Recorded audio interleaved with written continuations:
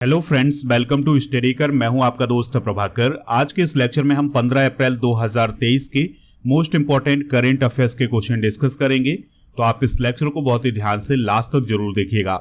आज का पहला क्वेश्चन है, विश्व चगास रोग दिवस कब मनाया जाता है? आंसर होगा इसका 13 अप्रैल को। तो हर साल 13 अप्रैल को यह दिवस मनाया जाता है। 2020 में इस दिवस की स्थापना हुई थी। ट्रिपैनोसोमा क्रूजी परजीवी के कारण होता है और यह एक जानलेवा बीमारी है। इसमें भयंकर बुखार आता है और जिसके बाद व्यक्ति की या संक्रमित जीव की मृत्यु होने की भी संभावना होती है। 2023 की थीम जरूर याद रखिएगा। 2023 की थीम है time to integrate Chagas disease into primary health care. तो ये नोट कर ले, बहुत ही इंपॉर्टेंट थीम है। दोस्तों, मनुष्यों में यह रोग जो है वो ट्राइटोमाइन बग के द्वारा फैलता है। ये है ट्राइटोमाइन बग, जिसके कारण ये रोग फैलता है। दोस्तों, मनुष्य में यह रोग दूषित भोजन और ब्लड ट्रांसफ्यूजन यानी कि ब्लड के आदान प्रदान, जब हम किसी को ब्लड देते हैं उस समय भी यह रोग फैल सकता है। इसके अलावा अगर कोई संक्रमित जानवर है, उसके संपर्क में व्यक्ति आता है तो उसको यह रोग हो सकता है। तो ये इंपॉर्टेंट पॉइंट जो है नोट करिएगा। और एक और इंपॉर्टेंट पॉइंट है कि ये जो चगास डिजीज है, इसका पहला मामला कब आया था? तो 1909 में आया था। और कहां आया था? ब्राजील में आया था। दोस्तों, हेल्थ से रिलेटेड इंपॉर्टेंट डे डिस्कस करते हैं। जैसे 4 फरवरी को विश्व कैंसर दिवस, 21 मार्च को विश्व डाउन सिंड्रोम दिवस, 24 मार्च को विश्व क्षय रोग दिवस, 2 अप्रैल को विश्व ऑटिज्म जागरूकता दिवस, 7 अप्रैल को विश्व स्वास्थ्य दिवस, 17 अप्रैल को विश्व हीमोफीलिया दिवस, 25 अप्रैल को विश्व मलेरिया दिवस, 28 जुलाई को विश्व हेपेटाइटिस दिवस, 14 नवंबर को विश्व मधुमेह दिवस और 1 दिसंबर को विश्व एड्स दिवस मनाया जाता है। आप देख रहे हैं 15 अप्रैल 2023 के डेली करंट अफेयर्स के महत्वपूर्ण लेक्चर को, तो लास्ट तक जरूर देखिएगा। लास्ट में आपसे एक क्वेश्चन पूछा जाएगा जिसका आंसर आपको कमेंट बॉक्स में देना है। दोस्तों, अगर आप चैनल पर पहली बार आए हैं तो सब्सक्राइब कर लें और बेल आइकॉन भी दबा लें, जिससे आपको समय पर सबसे पहले नोटिफिकेशन मिल सकेगा। दोस्तों, कल के करंट अफेयर्स में एक मिस्टेक हुई थी प्रश्न क्रमांक 7 में, जिसमें हमने ये बता दिया था कि वर्तमान में भारत में हाई कोर्ट की संख्या 24 है, जबकि इसका राइट आंसर 25 होगा। अगला क्वेश्चन डिस्कस करने से पहले कुछ और इन्फॉर्मेशन है कि अगर आप किसी भी एग्जाम की तैयारी कर रहे हैं तो दोस्तों मॉक टेस्ट ज्वाइन कर लीजिएगा। मॉक टेस्ट का जो लिंक है डिस्क्रिप्शन बॉक्स में दिया गया है। ऐप पर आपको मॉक टेस्ट मिल जाएंगे। डिस्काउंट चाहिए तो मेरा कूपन कोड यूज करिएगा PS100, आपको डिस्काउंट भी मिल जाएगा। डेली करंट अफेयर्स का जो PDF है वो आपको ऐप पर उपलब्ध है। ऐप का लिंक डिस्क्रिप्शन बॉक्स में दिया गया है। नेक्स्ट क्वेश्चन है, किस विदेशी युद्ध अभ्यास में भाग लेने के लिए पहली बार राफेल विमान भेजा गया है? ये आप राफेल विमान देख सकते हैं। तो दोस्तों, ये ओरियन नामक युद्ध अभ्यास में भेजा गया है। दोस्तों, ये जो ओरियन नामक युद्ध अभ्यास है ये फ्रांस में आयोजित हो रहा है और यह एक मल्टीनेशनल एयर एक्सरसाइज है। मल्टीनेशनल का मतलब बहुत सारे देश इसमें शामिल हो रहे हैं। इसका आयोजन 17 अप्रैल से 5 मई तक किया जाएगा। इस युद्धाभ्यास में France, Germany, Greece, Italy, Netherlands, UK और USA शामिल हो रहे हैं और इसमें लगभग 12,000 सैनिक हिस्सा लेंगे। और दोस्तों, इसी में हमारे देश का राफेल विमान भी शामिल होगा। दोस्तों, राफेल विमान को किस देश से हमने मंगाया था? तो ये फ्रांस से मंगाया था। हाल ही में आयोजित किए गए कुछ प्रमुख युद्धाभ्यास डिस्कस करते हैं। जैसे अपेंडेक्स 2023 भारत और 23 अफ्रीकी महाद्वीप के देशों के बीच हुआ है, भारत में ही हुआ है। फ्रेंजेक्स भारत और फ्रांस के बीच में। कॉन्कर्ड भारत और यूके के बीच में। 13वां वर्ल्ड कुरुक्षेत्र 2023 अभ्यास हुआ है भारत सिंगापुर के बीच में। ला पेरोस एक्सरसाइज हुआ है, ये बहुराष्ट्रीय यानी कि मल्टीनेशनल एक्सरसाइज थी। सिन्यो मैत्री अभ्यास भारत और जापान के बीच में हुआ है। दस्तलेख अभ्यास भारत और उज्बेकिस्तान के बीच हुआ है। धर्म गार्जियन एक्सरसाइज 2023 भारत और जापान के बीच। तर्कस एक्सरसाइज भारत और अमेरिका के बीच। पहला साइक्लोन अभ्यास भारत और मिस्र के बीच हुआ है। वीर गार्जियन अभ्यास 2022 भारत और जापान के बीच हुआ है। और 21वां वरुण अभ्यास 2023 भारत और फ्रांस के बीच हुआ है। तो ये प्रमुख युद्ध अभ्यास हैं। नेक्स्ट क्वेश्चन है, पशुओं के लिए संजीवनी नामक प्रोजेक्ट किस राज्य ने शुरू किया है? तो ये शुरू किया है हिमाचल प्रदेश ने।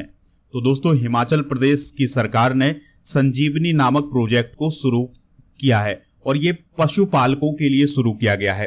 यानी कि जो पशुपालक हैं उनके जब जानवर बीमार होते हैं तो उस समय उनको गुणवत्तापूर्ण उपचार देने के लिए एक व्यवस्था शुरू की गई है जिसका नाम है संजीवनी।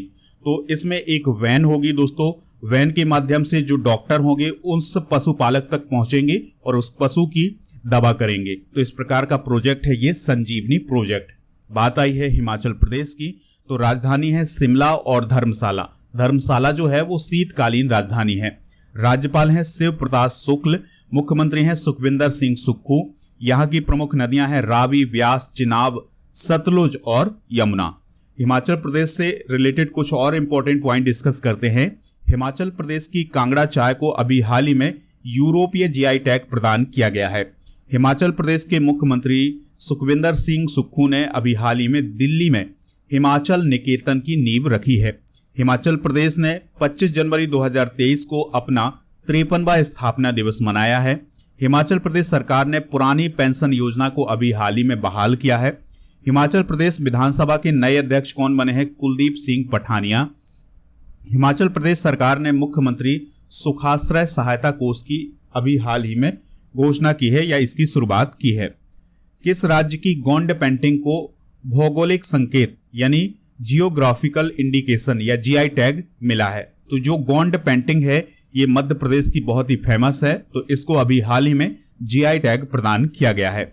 दोस्तों ये जो गोंड पेंटिंग होती है इसमें भगवान की पेंटिंग बनाई जाती है, देवी की पेंटिंग बनाई जाती है, प्रकृति, पेड़, चंद्रमा, सूर्य आदि की पेंटिंग बनाई जाती है। क्योंकि जो गोंड जनजाति के लोग हैं वो प्रकृति से जुड़े हुए लोग हैं, तो जो व्यक्ति प्रकृति से जुड़ा होगा वो पेंटिंग भी किसकी बनाएगा? प्रकृति की ही बनाएगा, यानी भगवान, देवी देवता और जो पेड़ पौधे हैं, चंद्रमा है, सूर्य है, इनकी पेंटिंग बनाई जाती है। दोस्तों मध्य प्रदेश में कौन कौन से जीआई टैग हैं, चलिए आज हम इसको डिस्कस करते हैं, क्योंकि एग्जाम में यहाँ से क्वेश्चन पूछे जा सकते हैं। तो अभी हाल ही में रीवा के सुंदरजा आम को भी जीआई टैग प्रदान किया गया है, तो अभी 2023 में ही प्रदान किया गया है, इसको नोट कर लीजिएगा। इसके अलावा इंदौर के चमड़े के जो खिलौने हैं इसे भी जीआई टैग प्राप्त है। रतलामी सेब को जीआई टैग प्राप्त है। धार का बाघ प्रिंट और उज्जैन के भरमगढ़ के प्रिंट को भी जीआई टैग प्राप्त है। झाबुआ के कड़कनाथ मुर्गा को भी जीआई टैग प्राप्त हुआ है। और महेश्वर जो कि खरगोन में है, चंदेरी जो कि अशोकनगर में है, तो उसकी साड़ियों को भी जीआई टैग प्राप्त हुआ है। दतिया टीकमगढ़ के धातु शिल्प को जीआई टैग दिया गया है। इसके अलावा मुरैना की गजक को भी जीआई टैग प्राप्त हुआ है। तो ये है मध्य प्रदेश से रिलेटेड जीआई टैग। बाकी हमने दोस्तों जीआई टैग का एक कंप्लीट वीडियो बनाया है जिसमें हमने 2023 के जो जीआई टैग हैं उनको डिस्कस किया हुआ है। नीचे डिस्क्रिप्शन बॉक्स में उसका लिंक मिल जाएगा, तो आप वहां से पूरे जीआई टैग देख सकते हैं। नेक्स्ट क्वेश्चन है, पूर्वोत्तर के पहले एम्स का उद्घाटन किस राज्य में किया गया है? तो अभी हाल ही में पीएम मोदी जी के द्वारा असम राज्य में पूर्वोत्तर के पहले एम्स का उद्घाटन किया गया है। इसकी लागत कितनी थी? 1120 करोड़ की। तो इसका उद्घाटन किया गया है गुवाहाटी में, जो कि असम की कैपिटल है। दोस्तों इस एम्स की आधारशिला रखी गई थी 2017 में। असम की बात आई है तो असम की जो कैपिटल है वो है दिसपुर। राज्यपाल हैं गुलाब चंद कटारिया, मुख्यमंत्री हैं हेमंता बिश्वा शर्मा। यहाँ का राजकीय पशु है एक सींग वाला गैंडा। राजकीय पक्षी है व्हाइट विंगड वुड डक। नेक्स्ट क्वेश्चन है, डॉक्टर भीमराव रामजी अंबेडकर की 132वीं जयंती कब मनाई गई है? तो दोस्तों BR अंबेडकर की 132वीं जयंती मनाई गई है 14 अप्रैल को। कब मनाई गई है दोस्तों? 14 अप्रैल को। तो 14 अप्रैल 1891 को BR अंबेडकर जी का जन्म हुआ था और वो स्वतंत्र भारत के पहले कानून और न्याय मंत्री, संविधान सभा की जो ड्राफ्ट कमेटी थी या मसौदा समिति थी उसके अध्यक्ष थे। इसके अलावा दोस्तों BR अंबेडकर जी ने न्यूयॉर्क शहर में कोलंबिया विश्वविद्यालय से अर्थशास्त्र में PhD सहित कई डिग्रियां प्राप्त की थी। 1956 में डॉक्टर अंबेडकर का निधन हो गया। 1990 में उन्हें मरणोपरांत भारत रत्न से सम्मानित किया गया था। दोस्तों डॉक्टर BR अंबेडकर की जो समाधि है उसे चैत्य भूमि कहा जाता है, जो कि मुंबई महाराष्ट्र में स्थित है। उनकी कुछ प्रमुख पुस्तकें हैं जैसे एनिहिलेशन ऑफ कास्ट, बुद्ध और उनका धम्म, शूद्र कौन थे, भाषाई राज्यों का विचार, पाकिस्तान या भारत का विभाजन, भारत में जातियां, उनका तंत्र, उत्पत्ति और विकास, ब्रिटिश भारत में प्रांतीय वित्त का विकास। नेक्स्ट है LIC के नए मुख्य निवेश अधिकारी कौन बने हैं? तो रत्नाकर पटनायक जो हैं वो LIC के मुख्य निवेश अधिकारी बने हैं। दोस्तों उन्होंने PR मिश्रा का स्थान लिया है। बात करें अगर हम LIC की तो इसका फुल फॉर्म होता है life insurance corporation of India.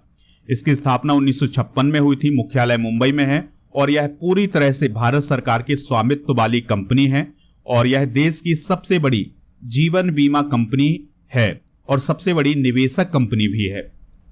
हाल ही में हुई प्रमुख नियुक्तियां डिस्कस करते हैं, जैसे अपरेश कुमार सिंह त्रिपुरा हाईकोर्ट के नए मुख्य न्यायाधीश बने हैं। फिक्की महिला संगठन की 40वीं अध्यक्ष बनी है सुधा शिव कुमार।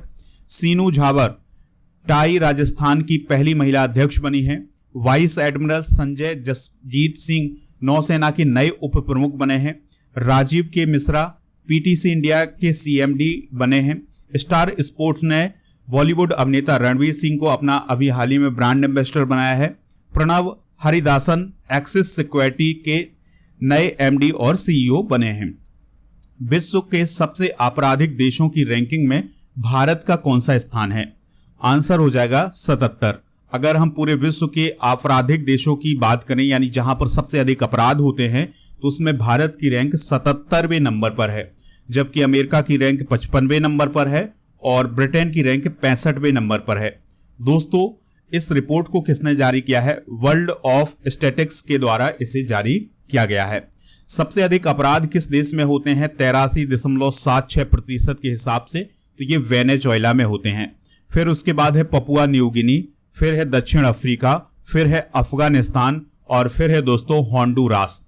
तो ये कुछ इंपॉर्टेंट पॉइंट हैं, इसे आप नोट कर लें। नेक्स्ट क्वेश्चन है किस देश में बच्चों के लिए मलेरिया वैक्सीन के उपयोग की मंजूरी दी गई है? तो ये मंजूरी दी गई है घाना में। दोस्तों इस वैक्सीन से बच्चों में गंभीर मलेरिया के मामलों में 30% तक कमी होने की उम्मीद है, यानी जो मलेरिया रोग होता है उसमें कमी होने की उम्मीद है इस वैक्सीन के द्वारा।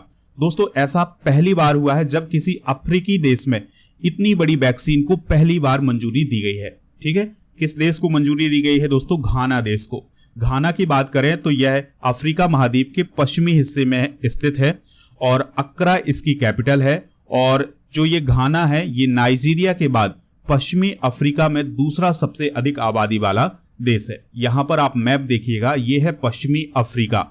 तो पश्चिमी अफ्रीका में ये आप घाना का मैप देख सकते हैं और ये अक्रा जो है इसकी कैपिटल है। और इसके कुछ पड़ोसी देश हैं जिनकी बात करें तो वो है बुर्किना फासो, बेनिन, टोगो। तो ये कुछ इसके पड़ोसी देश हैं, तो इनको भी आप नोट कर सकते हैं। लास्ट क्वेश्चन है एशियाई कुश्ती चैंपियनशिप 2023 में भारत का पहला गोल्ड मेडल किसने जीता है? तो ये जीता है दोस्तों अमन सहरावत ने। तो अमन सहरावत ने कजाकिस्तान की राजधानी अस्ताना में जो एशियाई कुश्ती चैंपियनशिप हो रही थी 2023 की, तो उसमें भारत के लिए पहला गोल्ड मेडल हासिल किया है। उन्होंने 57 किलोग्राम भार वर्ग में यह मेडल हासिल किया है। इसके अलावा जो अंतिम पंघाल हैं उन्होंने सिल्वर मेडल भी जीता हुआ है इसी चैंपियनशिप में। एशियाई कुश्ती चैंपियनशिप 2023 की बात करें तो इसका आयोजन कजाकिस्तान की कैपिटल अस्ताना में किया गया था और 9 से 14 अप्रैल 2023 तक किया गया था। तो गोल्ड मेडल जीता है किसने?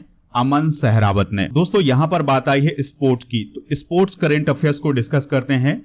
T20 में सबसे अधिक हैट्रिक लेने वाले गेंदबाज कौन बने हैं? राशिद खान। राशिद खान अफगानिस्तान के क्रिकेटर हैं और उन्होंने 4 बार T20 में हैट्रिक ली है। डेनियल मेदवेदेव जो कि रूस के हैं, तो उन्होंने मियामी ओपन 2023 का खिताब जीता है और ये टेनिस से रिलेटेड प्लेयर हैं, याद रखिएगा। सात्विक साईराज और चिराग शेट्टी की जोड़ी ने स्विस ओपन 2023 का युगल का खिताब जीता है, ये बैडमिंटन से रिलेटेड हैं। T20 क्रिकेट में सबसे अधिक विकेट लेने वाले गेंदबाज कौन बने हैं? साकिब अल हसन।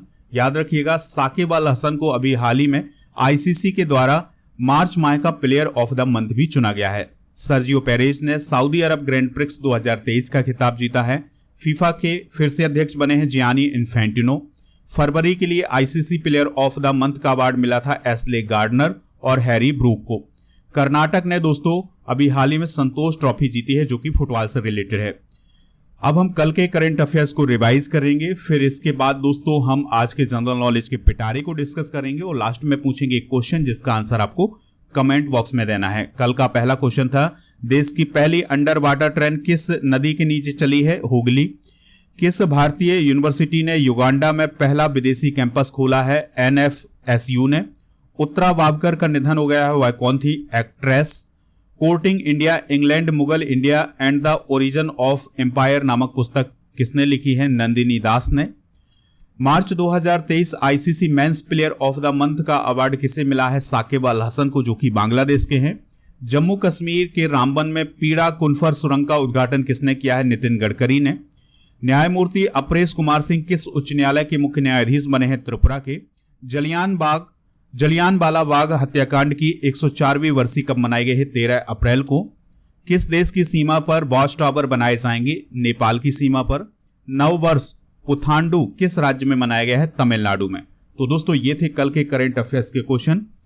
आज के जनरल नॉलेज के पिटारे में डिस्कस करेंगे विश्व के प्रमुख ज्वालामुखी। तो जैसे माउंट कोटोपैक्सी जो कि एक सक्रिय ज्वालामुखी है, ये इक्वेडोर में स्थित है। माउंट एटना ये भी सक्रिय ज्वालामुखी है, ये इटली में है। स्ट्रोम्बोली ये सक्रिय ज्वालामुखी है, इटली में है। और विसुवियस ये प्रसुप्त ज्वालामुखी है, ये इटली में है। डैमबंद ये शांत ज्वालामुखी है, ईरान में है। कोह सुल्तान ईरान में है। और फ्यूजियामा जापान में है। और मोनोलोआ ये हवाई द्वीप में है। और हवाई द्वीप कहाँ है दोस्तों? याद रखिएगा, ये अमेरिका में है। ठीक है, तो ये है दोस्तों विश्व के प्रमुख ज्वालामुखी, तो इन्हें आप नोट कर लें। अब आपसे पूछा जा रहा है एक क्वेश्चन जिसका आंसर आपको कमेंट बॉक्स में देना है। किस राज्य की गोंड पेंटिंग को जीआई टैग मिला है? जो भी इसका राइट आंसर हो कमेंट बॉक्स में जरूर बताइएगा। हमें इंतजार रहेगा आपके आंसर का। मिलते हैं कल। जय हिंद, वंदे मातरम।